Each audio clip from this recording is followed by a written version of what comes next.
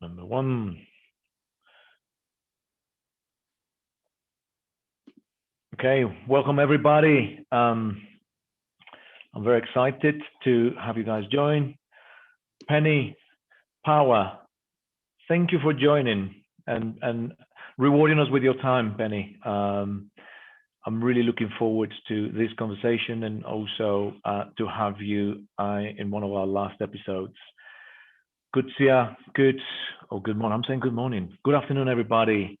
Chris Sprenger from Zapnito. Thank you. How you doing? How are you? Amazing to have you guys on. So we're gonna leave the channel open for about 2 to 3 minutes to allow everyone else to join. So yes, I just want to give you a brief outline. We're very excited. We've just launched this online community stories last month, and this is episode 2. And then we're going to have about 6 episodes in the first series, where we are aiming to have leading and really kind of leading entrepreneurs and innovative individuals that are running online communities and that are doing something really nice and special.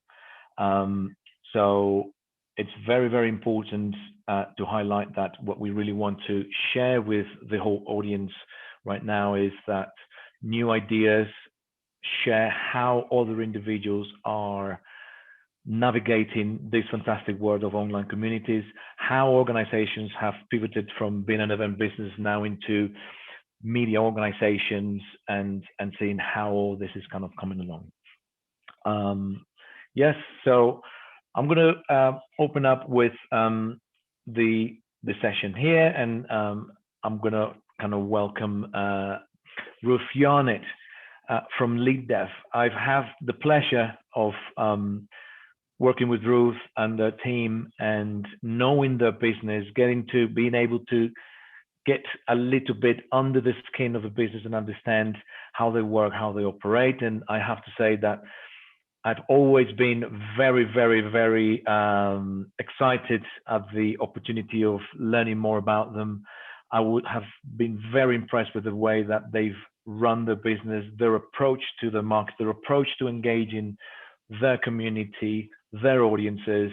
And that's what I'm going to and aiming to highlight with you guys. And the idea here today is to have a very nice and open and candid conversation with Ruth to try to dissect what is it that makes a community to be loved by its members. I personally honestly believe that LeadDev, in my 12, 15 years experience working in this industry, is the first time that I've seen an audience that is showing so much love to the organization. And I think this is amazing. And I just really kind of very happy for those that have joined or those that are going to be looking at this after the session takes place to have the opportunity to do this. So Ruth, welcome. Thank you. Hi. Do you wanna? I just would like to kind of allow you to introduce yourself and who are you? What do you do? And let's begin by telling us the story about LeadDev. How did you guys start? Yeah, thank you. Well, thanks for having me, and thanks for being so excited to speak to me. I'm honoured. I'm Ruth. I'm the CEO of LeadDev. We are a company, we're about 7 years old, and me and my co-founder Dave started the business not as LeadDev, as White October Events actually. And at the time I was working in event operations, and Dave was running a software development agency in Oxford, and some of his web developers started some kind of grassroots community tech conferences. They were running them for love because they wanted a conference to exist in Oxford on that kind of subject matter, and they went really well and they were selling out, and we saw an opportunity to run it as a professional operation and partly to get his developers back to their day jobs. So we started White October Events, and we ran a number of different tech conferences over the years, different brands. Some of them were kind of a specific developer roles, and some of them were on specific technologies. And over the years, we developed the LeadDev brand, which is specifically aimed at leaders in kind of senior software engineers who are leading teams. And over time, we've just kind of funneled, and that's the one brand we focus on now. So that was the birth of LeadDev. And that's amazing. So Ruth, so you've initiated initially LeadDev and White October events as an event business, right? Yeah, absolutely. Yeah. And pre-pandemic, we were an events business. Okay, that's very good and very exciting. And we're going to talk about like basically a little bit of those kind of pinpoints as to what made you guys evolve into what you guys are now and where you're heading. So I think an important thing, I just really wanted to highlight, every guest that comes along to the sessions, to the online community stories, there is something that I think really differentiates them from the rest of the crowd, or when I'm saying from the rest of the eventrepreneurs crowd, as I call them. I think LeadDev is an organization, or was an event business when we kind of first met you, was an event business that did not think like an event business, did not act as an event business. And I think that is super special, because I was like, okay. In those aspects, for the audience that's here listening, why not think and act like an event business? Predominantly in our sector, we generally have events where companies run events. They invite the speakers. And then generally, we all know that entrepreneurs are providing a platform for speakers, a platform for everyone. And then most times they don't pay the speakers. Most times they want them to contribute to the blog. They want to contribute to the conference information, but they just allow them to contribute. One of the things that LeadDev does is that you guys pay all of your speakers as a matter of policy. You guys pay all of the people that write in your blog as a matter of policy. That's very uncommon, in not even in their one's role, but wider. Tell us a little bit more about that. I'll just go one back, because I'm assuming that nobody here knows anything about LeadDev. Pre-pandemic, we ran conferences in Europe and in North America, and they were very traditional conferences. London was our flagship. That was kind of 1,800 people, quite a traditional conference format, and then kind of similar sized or slightly smaller conferences in New York and Austin in the US and Berlin. I guess it kind of goes back to the fact that we started off as a grassroots conference business, and content is at the center of everything we put on, and our focus has always been on the audience and kind of the audience challenge and the problems that we're trying to solve for our audience. And our speakers come from our community, and we value their time. They're giving us their time, they're giving us their IP, I suppose, and we think it's worth paying them. And we also have a kind of founding principle, which is this belief that in some small way we think that we can have a positive impact on inclusion and diversity in the tech industry, which, you know, some parts of the tech industry can be quite homogenous, quite kind of white male, same kinds of people getting all the jobs, and we feel like we have a platform, so we can give people a platform to a kind of more diverse roster of speakers, and part of inclusion means that you need to pay people, because not everybody can afford to not be paid to speak. Not everybody can afford their time for free, and not everybody works for a big company that is willing for them to give their time for free. So if we want a genuinely diverse group of people to be able to speak to us, we have to make that possible for them. So we need to pay for their travel, and we need to pay for their time, and we need to make the experience comfortable for them. We need to allow them to bring their kids and their family if they need to. So it's about kind of respect for our speakers and our community, and it's about inclusion. I think, like Ruth, you hit it on the head, and that's kind of when I evaluate or when I observe companies out there, I'm always trying to dissect. Okay, what is it that they're doing right? What is it that they might need to improve? Well, that's kind of part of what what our job is. But I think it's that word that you say, respect for your audience, and I think this is so important because you guys put your audience first, above and beyond anything else, above and beyond sponsors, right? And and I Don't think tell something that sponsors. sorry. I said, don't tell the sponsors that.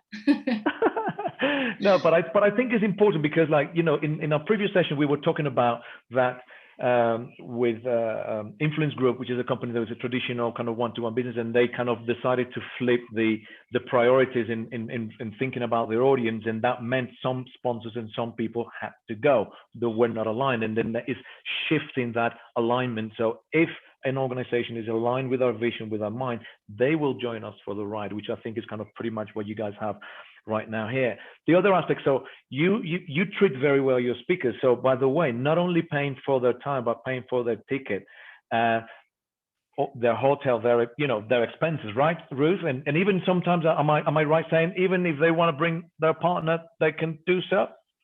So it's amazing. So there is an aspect about generosity.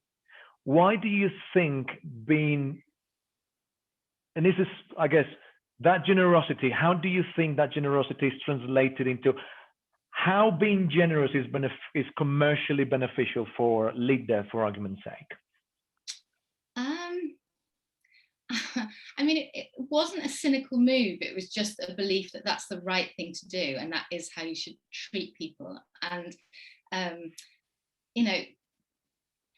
the community it's a kind of whole synergy of different groups of people. It's the audience, it's the speakers, it's our team, it's the people who get involved in serving the food and making sure that the video production works.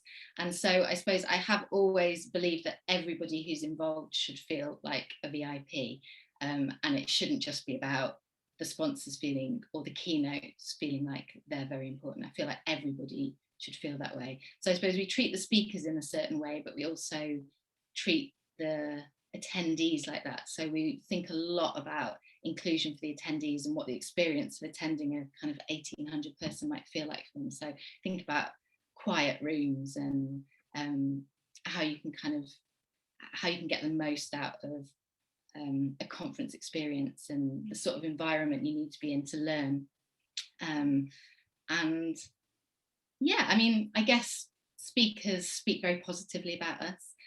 A lot of the growth that we've had, in fact, all of the growth that we've had over the years has been word of mouth. So we have traditionally not done a huge amount of marketing, done barely any paid marketing ever. And we have grown kind of organically by people sharing word of mouth that they've had a good experience and they liked it. And so for some people, that's the speakers saying, hey, next time they're doing a call for proposals, you should definitely submit, they treat you really well. Or it will be people saying, I attended, it had a really great feeling and the content was really solid. I got a lot out of it. And that's how our community has grown over the years. So I suppose that's how we benefited from. And exactly, because I think too, for me, well, I have been kind of looking at various communities and online communities and companies. There's a common denominator. Organizations that have a very strong ethos and a very strong code of practice, which I would like you to talk us through what you believe in that. But before I like to also touch upon on that element. So on the element that we were talking about, not thinking like an event business. So it's a mentality of abundance in every way, right? So respecting your audience means, yes, we're going to reward your time. We respect that. That means programs and quality of content is going to be of top quality because they're being paid for it, they're being rewarded for it. So therefore, Absolutely. They have a need of putting something top notch. The second thing that I think is important, Ruth, is going to the extra level. And again, I'm just thinking about event businesses are normally thinking about how can we become more streamlined financially? How can we keep our costs down? You guys are thinking, okay, what is important for the audience? Do they need a quiet room? Yes, so then you provide a quiet room. you have prayer rooms in some of your events.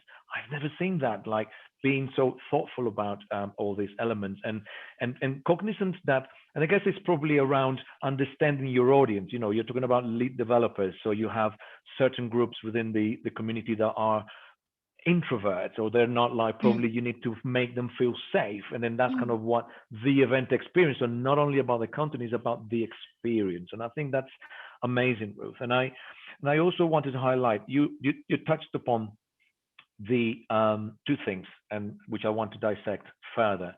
Number one is that your speakers and your communities then say, whenever you're doing a call for papers or in a call for speakers, let us know, we will look at it. Tell us a little bit more about this, the story about what happens when you do a call for speakers. Yeah, we our first conference, we programmed it all ourselves, because Right. you have to, you don't have the reach at that point. And then since then, the way we program our conferences is maybe we have a few invited speakers when we kind of first announce the event, and then the rest come from a call for papers or a call for proposals, which we put out to the community. And the last couple of years, that's just been an absolute onslaught. Hundreds and hundreds of people applying to speak at our conferences, which has been amazing. And we put a lot of work into this, actually, because we really believe in kind of building a pipeline in terms of diversity. So what we really want is, we want a really diverse and interesting pipeline of people wanting to speak at our events. So then we program the best talks based on merit, but we know we're going to end up with a diverse final roster of speakers. And so we did a lot of work at the beginning of kind of going out through different interest groups and saying, will you promote our call for proposals to your group? So, Girls Who Code, Black Women in Tech, these kind of groups. And now about 50-50,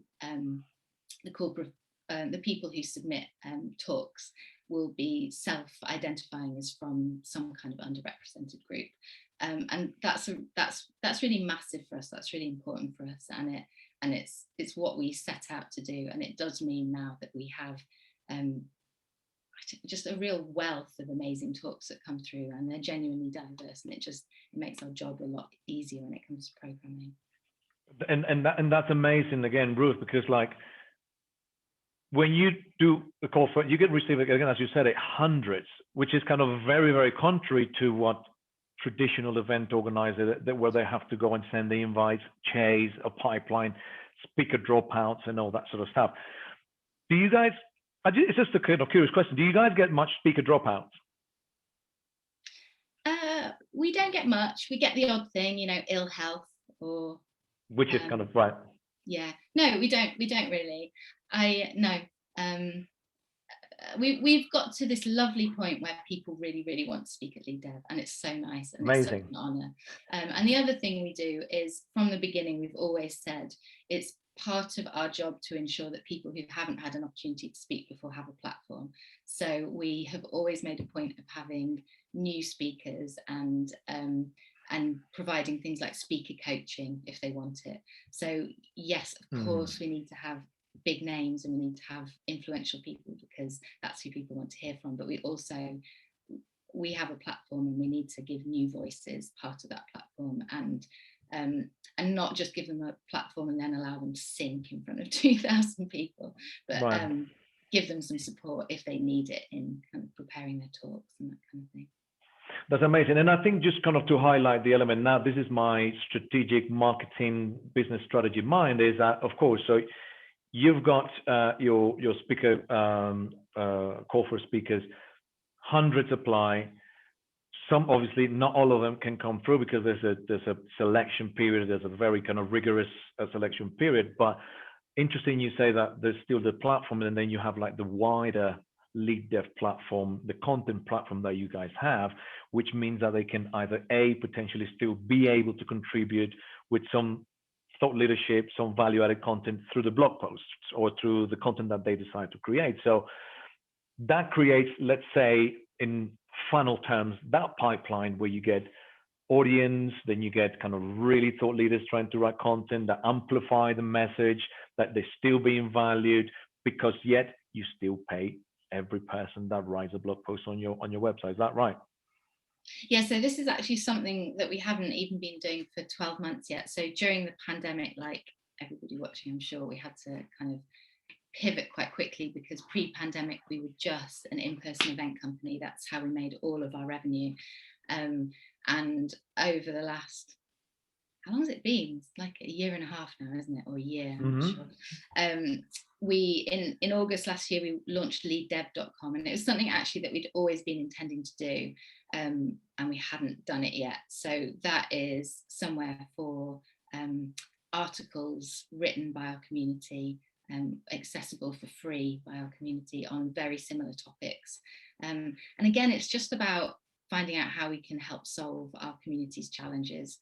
And we know that our community are big readers, and they're very good at kind of self-serving. When they've got a problem and they need to solve it, they'll go out and do research. And so that's been really lovely. And as you say, it's been nice to have the opportunity to give platform to all of the talks that don't make it onto a conference, because you've got 24 talks or something over the course of a 2-day event. And now we can publish lots of articles every week. It's amazing the amount of content that you guys are now publishing and getting out in the market. I wanted to, you asked me. Yes, we do. We pay everybody who writes for us as well, and it's the same principle. And they're giving us their IP, they're giving us their time, and so we believe it's just correct to pay them. Totally. And I think again, good for you, Ruth, because that's against the general trend, which is about, okay, you want my platform, contribute to my platform, that's fine. I have a platform, you just make sure you do a good job. You see what I'm saying, in all the publishing world, etc. I want to do like a little kind of important element aside from it, because I wanted to go into understanding what's your community, what are the kind of channels, or what would you call your community, and the channels in which you communicate, which I think is pretty cool. But I want to highlight the elements and values and practices, and what is so your code of conduct, because I think you guys are very, very specific, and you honor your code of conduct to a high degree or level. Tell us a little bit about that, and why do you think is such an important part of running your business? And the code of conduct is a very specific thing that we have for each event, which is actually very common these days in the tech industry. And I don't know how common it is in the wider industry, but you have a code of conduct, and everybody who attends the event, whether they be a speaker or a paid attendee, in registering agrees to adhere to a code of conduct. And the code of conduct is really about providing a safe space for everybody to enjoy the conference. It's about a kind of harassment-free space, and it really allows us to say very explicitly the kinds of behaviours that we won't accept at a conference, and ultimately we would ask somebody to leave a conference, although to be honest it's never ever happened. But I think more than giving us the clout to do that if we needed to, what it says is it kind of sets out our stall as the kind of conference we are, and the kind of values we hold. And so it allows people who are coming to the conference to say, okay, I will be safe and respected here. And that's very important to us. And rightly, it's becoming increasingly expected. So there are a lot of speakers in the tech industry who won't speak at an event if there isn't a properly upheld code of conduct, and that's absolutely right. And people who've got influence, speakers, should use that influence to hold event organisers to account. They should say, if I'm the only woman on the platform, then I won't speak at this event. You know, you need to be inviting genuinely diverse groups of people to speak at your event. You need to have a code of conduct. Amazing. Big believer in that. I think that codes of conduct and kind of a specific, clearly stated and publicized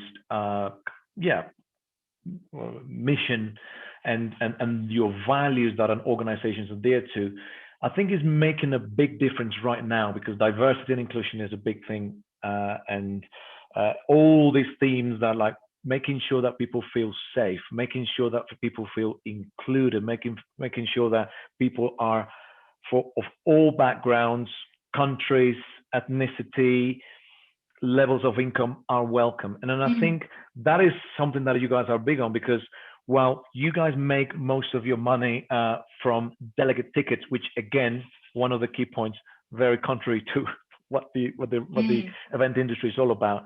So it also involves that, like, you want to make sure that, like, when you invite free people to attend, or when you have subsidized places, they are truly subsidized, right? Yeah, we have, for all of our in-person conferences, we have scholarship schemes, and they're subsidized places so that people who wouldn't otherwise be able to attend are able to attend the event. And we try to do things like buddy them up with people who have come to the conference before, so that they've got somebody to show them around and introduce them to people. And now that we run kind of virtual events and digital series, we're also extending that to those as well. So we do digital scholarships to those things as well. Yeah, that I think that's kind of an amazing thing in itself. That so scholarships are really truly scholarships. It's not that, like, we need to satisfy a sponsor, because yes, most of your revenue comes as a result of delegate places, which people happily pay, people happily, and they want to attend, to the point that your events, when we were physical, used to sell out. Tell us a little bit more about your event selling out, and was that on purpose? Did you on purpose kind of underestimated it? Right. Let's dissect that a little bit. I never used to. It was only a few years ago that I realised that other event companies didn't work how we worked, and I guess what was different about us was about 75% of our revenue at that time came from ticket sales, and it is a bit different now, because we do have quite a different business coming out the other side of the pandemic. I'm lost. What were we talking about? What was we were talking about the fact that, like, most of your revenue kind of comes from tickets. Oh yes. And then towards the end, a lot of your last 3 events before the pandemic hit were sold out. Yeah, so we've never done that thing of giving away tickets to boost the numbers up for sponsors. We've just never done it. I don't know, we haven't had to do it. We've been really lucky. It didn't occur to us. And we haven't deliberately sold out in the sense that you mean. You know, we haven't capped numbers in order to look like we're selling out, because we wanted to sell more tickets. Of course. So we have tried to correctly estimate the size of space that we would need every year. And pre-pandemic, we were just getting to the point of saying, do we need to cap for experience? You know, is there a point in the numbers after which people won't have as good an experience coming to the conference if we just keep getting bigger and bigger spaces? So we were kind of getting to that point, but the selling out was not a deliberate move to kind of appear more exclusive, I suppose. Yeah, I was more like kind of alluding to the fact that you guys, again, linking your code of conduct, your respect for the audience, there is always going to be like a number that we're going to ensure that there is guaranteed certain level of experience that you want the attendees to have. And then I think that's kind of pretty interesting. So we've been talking about the pandemic, and you have referred to a couple of times now about before and after. Tell us how has LeadDev evolved pre-pandemic to post-pandemic? How is LeadDev now different now that we hope on the other side of the tunnel? What fingers crossed. Tell us that. What's your version of digital pivot? And well, you know, quite a lot of stress and sweating at the beginning of the pandemic, like everyone here, I'm sure. And over the course of the year, our realization has been, you know, we're part of this wonderful community. Their challenges haven't really changed during the pandemic. They've got some new challenges around working remotely, like everyone else in kind of office-based jobs. But essentially, we realized our job was not to be an event company. Our job was to provide content that solved the challenges of our audience and gave them peers and gave them a sense of community. And my realization was there are lots of other ways we can be doing that. It doesn't have to be through a conference. And so we spent quite a lot of the year talking to our audience, and making sure we understood what had changed for them and what had stayed the same. Quite a lot of the year developing LeadDev.com and talking to our kind of favourite speakers and members of our community and getting them to start writing articles. And we've got kind of regular featured contributors as well.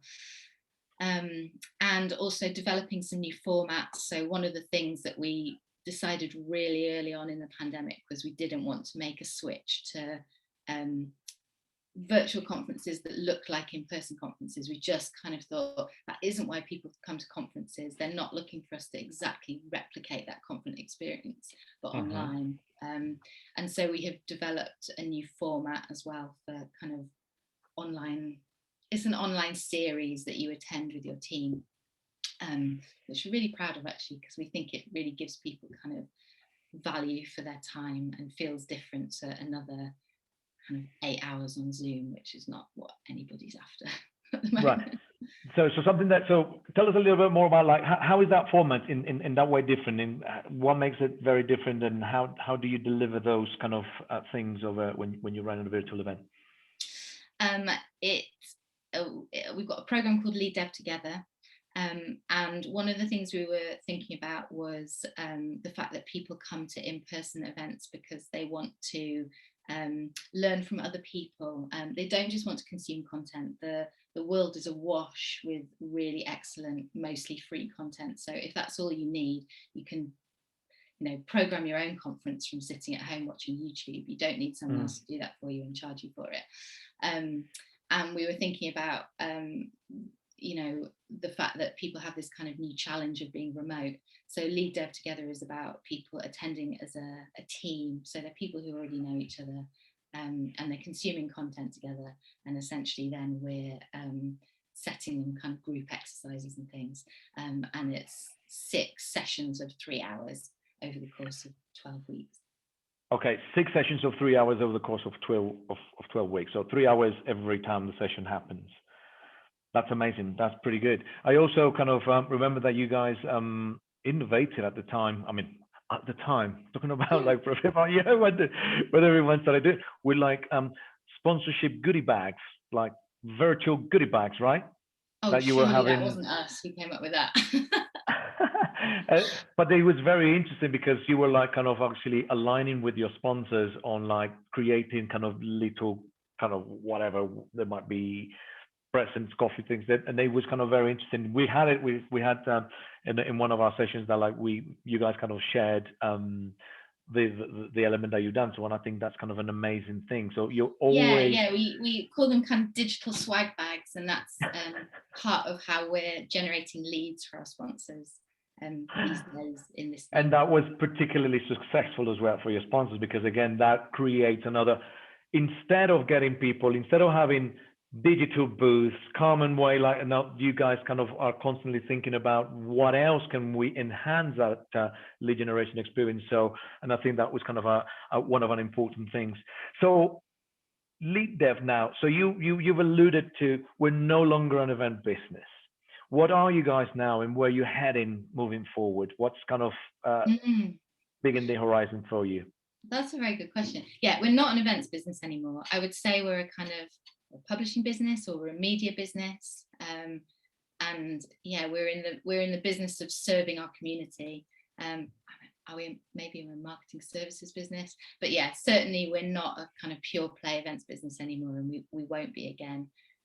It's been really freeing actually to think there isn't just this one channel for us. There are all these other channels, and we've launched 2 of them this year, and it makes you just think, well, actually those won't be the only 2. There are lots of other ways that we can give value to our audience, and we can run this business. It feels exciting. I would say the first kind of 3 months of the pandemic were very, very stressful. As a business owner, I'm not kind of talking about the wider tragedy that's unfolded, but yes. Within the business over the last kind of 6 to 9 months, it started to feel very exciting, because it does feel like a real opportunity. That's amazing, because so you're talking about the channels. So which are those 2 channels that you particularly say you've launched and then you're doing differently now?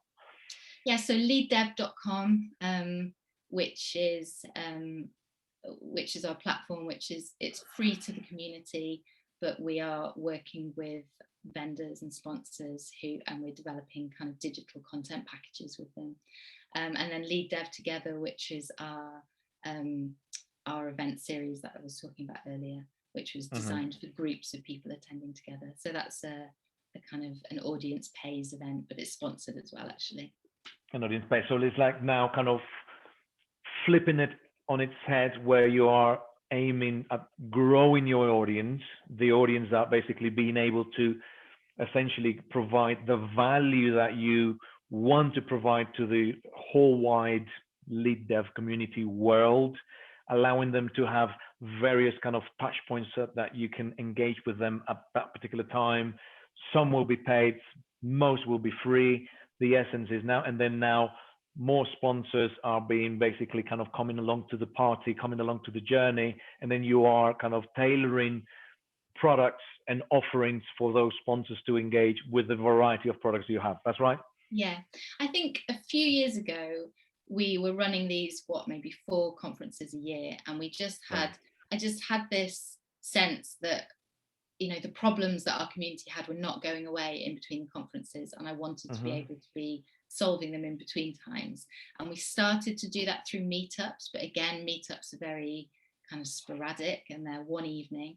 And what I really feel we've been able to do over the course of the pandemic is really think about how you start to provide a year-round source of solutions. And so some of that is about attending a conference, some of it might be coming to a free webinar, some of it might be reading an article series on a particular topic, and then ultimately you might pay to attend LeadDev Together, or you might not. I mean, maybe you'll just access free content the whole time. But there are lots of different ways that our audience can interact with us now, rather than just having these conferences in also these very specific locations that not everybody can get to. So yeah, we have seen our community growing a lot over the last 12 months because we're genuinely more global now. We've got something to offer you wherever you're based, which we didn't have before. And Ruth, I think it's important to understand for the leaders and entrepreneurs in the audience of the importance of thinking about your audience, how you're going to engage on a 365, the community thing. How does that, the growth essentially, what does growth mean? Do you say your community has grown? Where were you before? Where are you now? Where are you heading to in terms of like, how big is your community, Ruth? We've got 18,000 followers on Twitter. That's growing at a rate of about 1,000 a month, I think, because we suddenly have a lot more interesting content that we put out.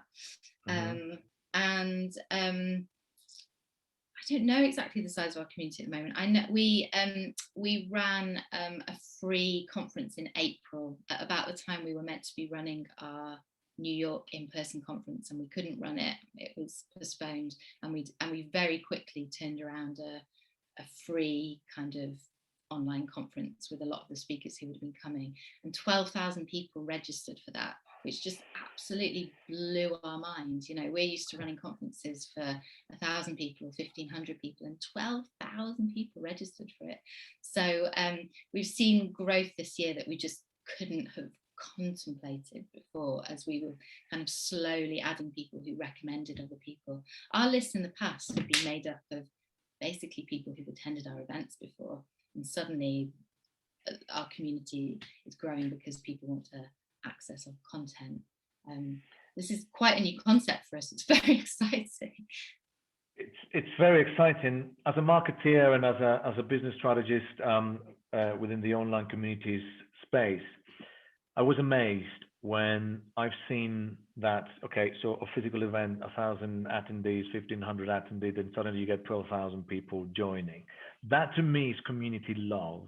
When community shows up, when they can show up, and showing up at your event, showing up at your surveys, showing up when you do call for papers, showing up, and I just really wanted to highlight this because this is amazing. So showing up to your YouTube channel, that the top 10 most viewed YouTube sessions and events have a combined audience of 5 million views.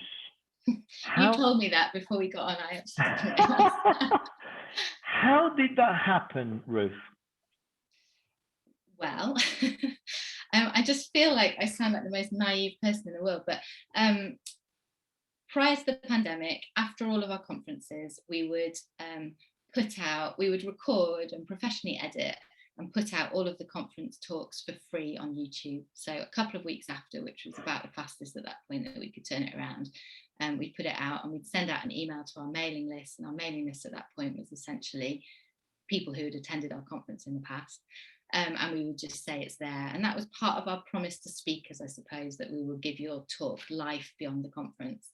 And it's just been shared. So we haven't done anything with that content. We haven't really done anything up until this point with YouTube.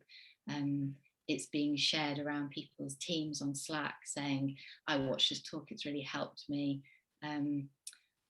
I guess it does come down to the quality of our programming. So we've always programmed talks that we think will have real practical value to people. There's no filler. Right. If you sponsor our conference, you don't get a kind of a sales spot. That isn't one of our talks. So I guess it's really good content, and people have been sharing it around. And then I think what I really wanted to highlight as well is again, community love, foundations of, and I'm being repetitive on this because I think this is important. It's a strong code of ethos, respect for your audience, treat your audience with inclusivity, with everything. Do things right or don't do them. That's kind of how I see you guys to do things. So everything you put on your YouTube channel is well done. It's been professionally edited, so it looks good. It sounds good. So that means going that extra effort.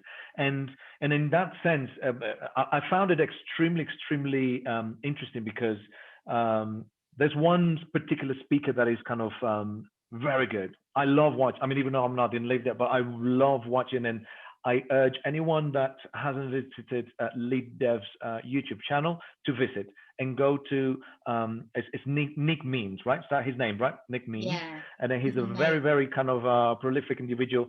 The interesting thing is that, as we all know, in events we have people that speak for our event, and those individuals speak for other conference organizers and other events, and very likely they have some set themes that they will kind of do keynotes on. The interesting thing is that Nick Meads had a similar session or the same kind of keynote for another conference organizers who also did put it on their website. Yeah. In same theme, in the same quality performance, same quality production scenario. Why yours get 1.5 million? Why the other event organizer doesn't even get even 200,000? That to me is still a question. And then that's kind of where I try to join the dots. And again, that's community love. And I want to sync and I want to loop in the YouTube channel with Slack, which is the kind of communication channel within the tech world, right? Yeah. So you guys have your Slack channel, right? Yeah. With really good engagement and everything. But tell us more about all the influencers in the tech world that have channels for their communities, but they have discussion groups about LeadDev themselves. So they kind of promote your event outside those channels. Yeah, there are a couple of, I don't know if people watching are familiar with Slack, but it's completely ubiquitous in the tech world. Everybody uses Slack for communication. And I guess there are a couple of big Slack communities, much bigger than our Slack communities. And then people who are in that can initiate their own kind of chats and channels within that. And I think there are a couple within them who talk about LeadDev conferences and events. I don't know. People just done it. I think, again, nicely, Ruth, like the point I am trying to highlight to the audience is the value and the power of word of mouth and organic growth. It almost happens naturally, organically, without you. It's essentially effortless. Again, when it's founded on certain principles, when it's founded on certain Ricardo, values. sorry to interrupt you. It's absolutely not effortless. It's very hard work, because we the things we prioritize cost us more money, they cost us more attention and time. And it's very intentional, it's very deliberate, and it's definitely more work.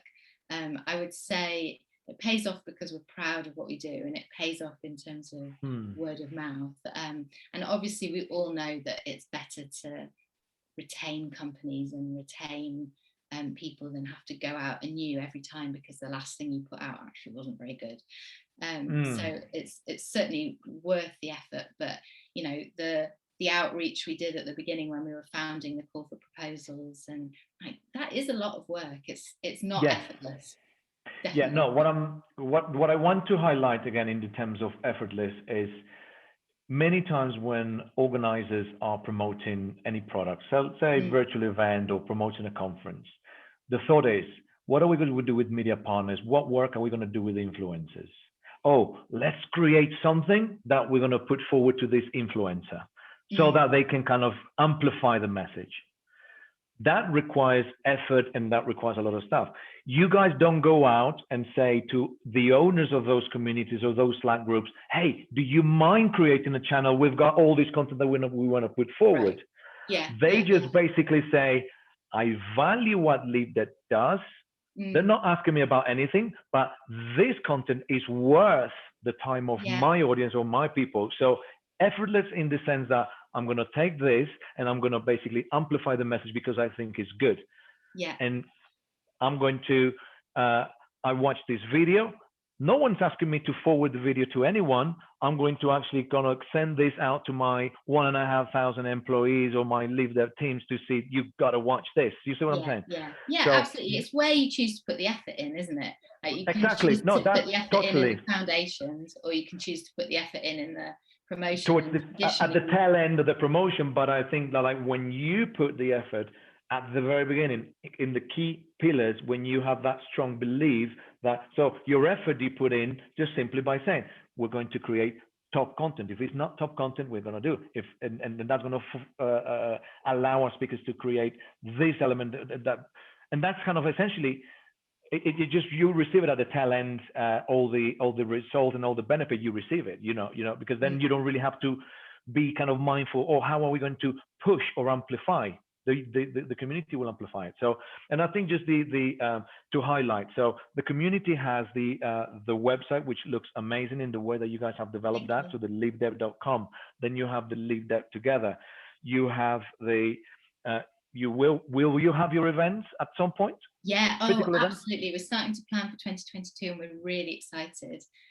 Great. Some people looking at the margins of in-person events going, why would you go back to doing that? But I mean, we love it. We really love it. So yes, we will have the in-person events again come, I don't know, hopefully next spring onwards. That's amazing. So you have your events, you have your Twitter channel, you have your YouTube channel, you have your Slack channels, you have, of course, your email list and then the way that you're engaged. You have your meetups, which we haven't talked about.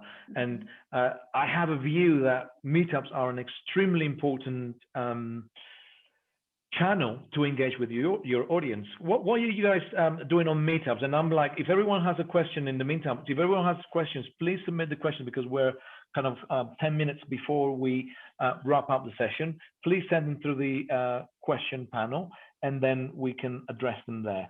Tell us about the meetups, Ruth. What role do they play in the whole community ecosystem and how important they are? Yeah, I mean, obviously we're not running in-person meetups at the moment, and we haven't made any attempt over the last year or so to have virtual meetups. But prior to the pandemic and when we're back to in-person, I suppose the meetups were part of this desire to close the gap between conferences. So they were free evening events hosted somewhere by a company, usually a couple of speakers. The host would, you know, put on some beers or pizza or something like that. And it was an opportunity for our audience to stay engaged with us over the year, and also to attract new people who might want to kind of join the LeadDev brand 6 months before the next conference. Get a taster. And I think they're quite. I think they're a part of providing value during the year, but they're not they're not everything. You know, you can only attract a couple of hundred people to a meetup. You can only provide value to a couple of hundred people at a time. But they're nice, and you can record them and you can put that content out as well. And they're also a good stepping stone for people who want to speak at a conference and maybe aren't ready.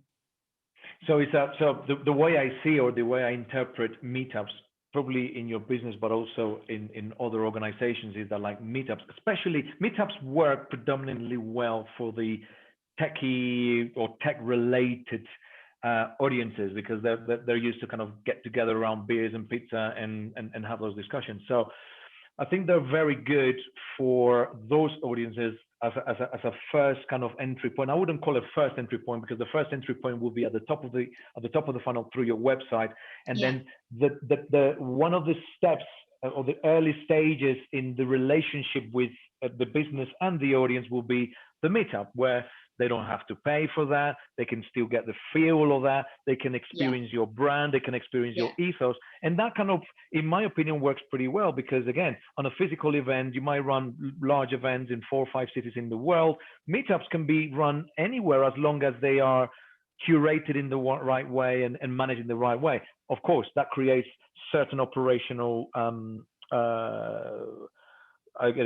responsibility, and that doesn't work, which important. We're gonna have in one of our future sessions the CEO of Mind the Product, who run 200 meetups they run meetups in 200 places, in 200 cities. So imagine the power of that community, that by the time you say, oh, by the way, we've got an event, then that's the next step in the journey, right? But they also now have in the way that like you guys have your community built up, then you have digital, physical, or like call it mini physical, and then you have all these ways in which like the audience can experience LeadDev in many capacities. And I think that's kind of something good. Let's just go through the question. I got one question which it's highlighted and saying, when starting a community, what roles are the most important to start with? Oh, do you know what? This is a really great question, but I suppose we didn't sort of intentionally set out to create a community. So we started with the audience problem, and then the solution to that problem in the form of conference content at that time, but it could have been any content, and then the community existed already, and then and they were attracted by the quality of the content and by, I think, a shared set of values.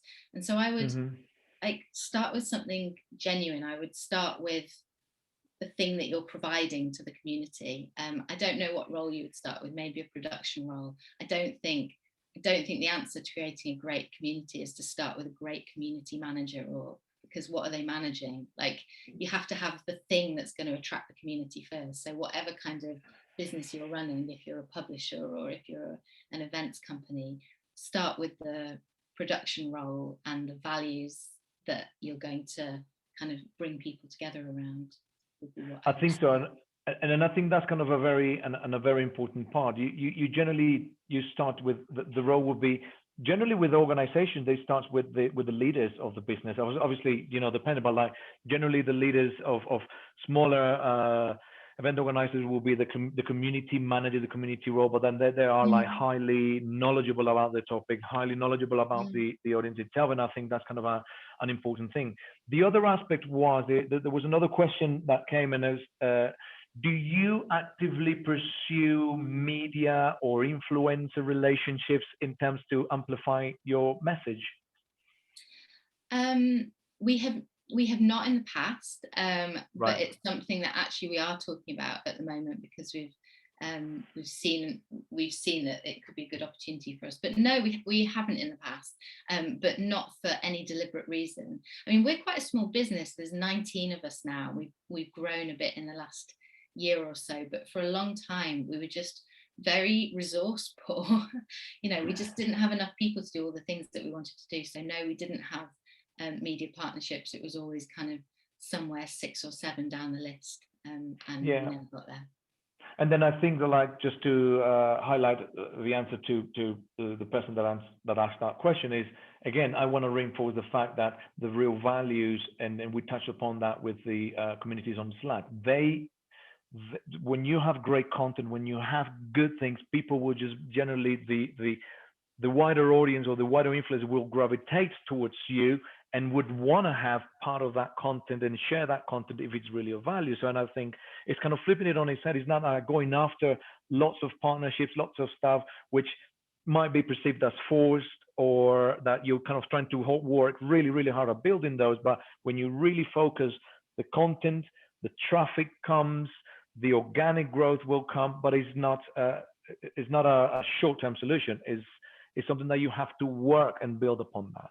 Yeah, I think a community has to be organic. It has to be genuine. You know, part of a community, part of a value of being in a community is the shared experience with the other people in that community. That's part of why it's useful to be in there. You can talk to other people who are having the same issues as you.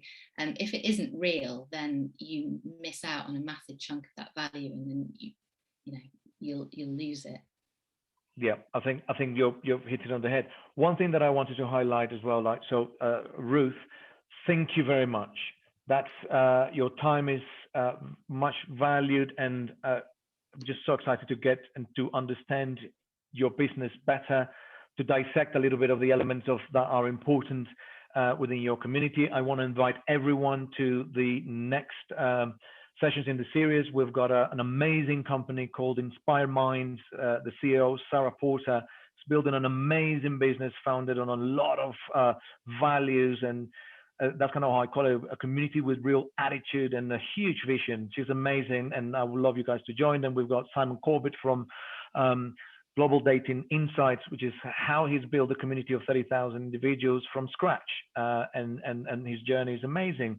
And then, of course, as I mentioned, we've got James May, CEO of Minded Product, who have gone through an amazing transformational process from an events business into now a media organization. And then finally, we've got, what I've got now is like what I call the fathers of online communities. When online communities were not even a thing, these guys were running a community of 650,000 people digitally, and then we're talking about more than 10, 12 years. So Thomas and Penny Power know a lot about this, and get this, they're now building a community of 100 people only, because that's where the trend is going, from big communities, macro communities, to small niche communities. So if you want to know why, when you have a 650,000 audience, why would you want to build an audience of 100?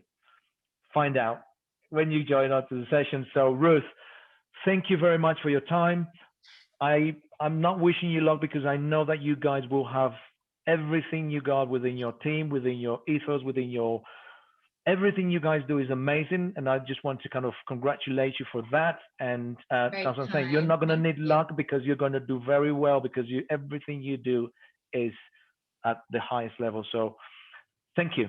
Thank you so much for having me. Thank you for listening to me witter on for an hour. And I think Carolina shared my LinkedIn. I'd be super happy to have a chat with anybody and hear what you're up to as well. So thank you. Thanks, Ricardo. Thank you, Ruth. All the best. Take care. Bye. Take care. Have a good day. Bye-bye.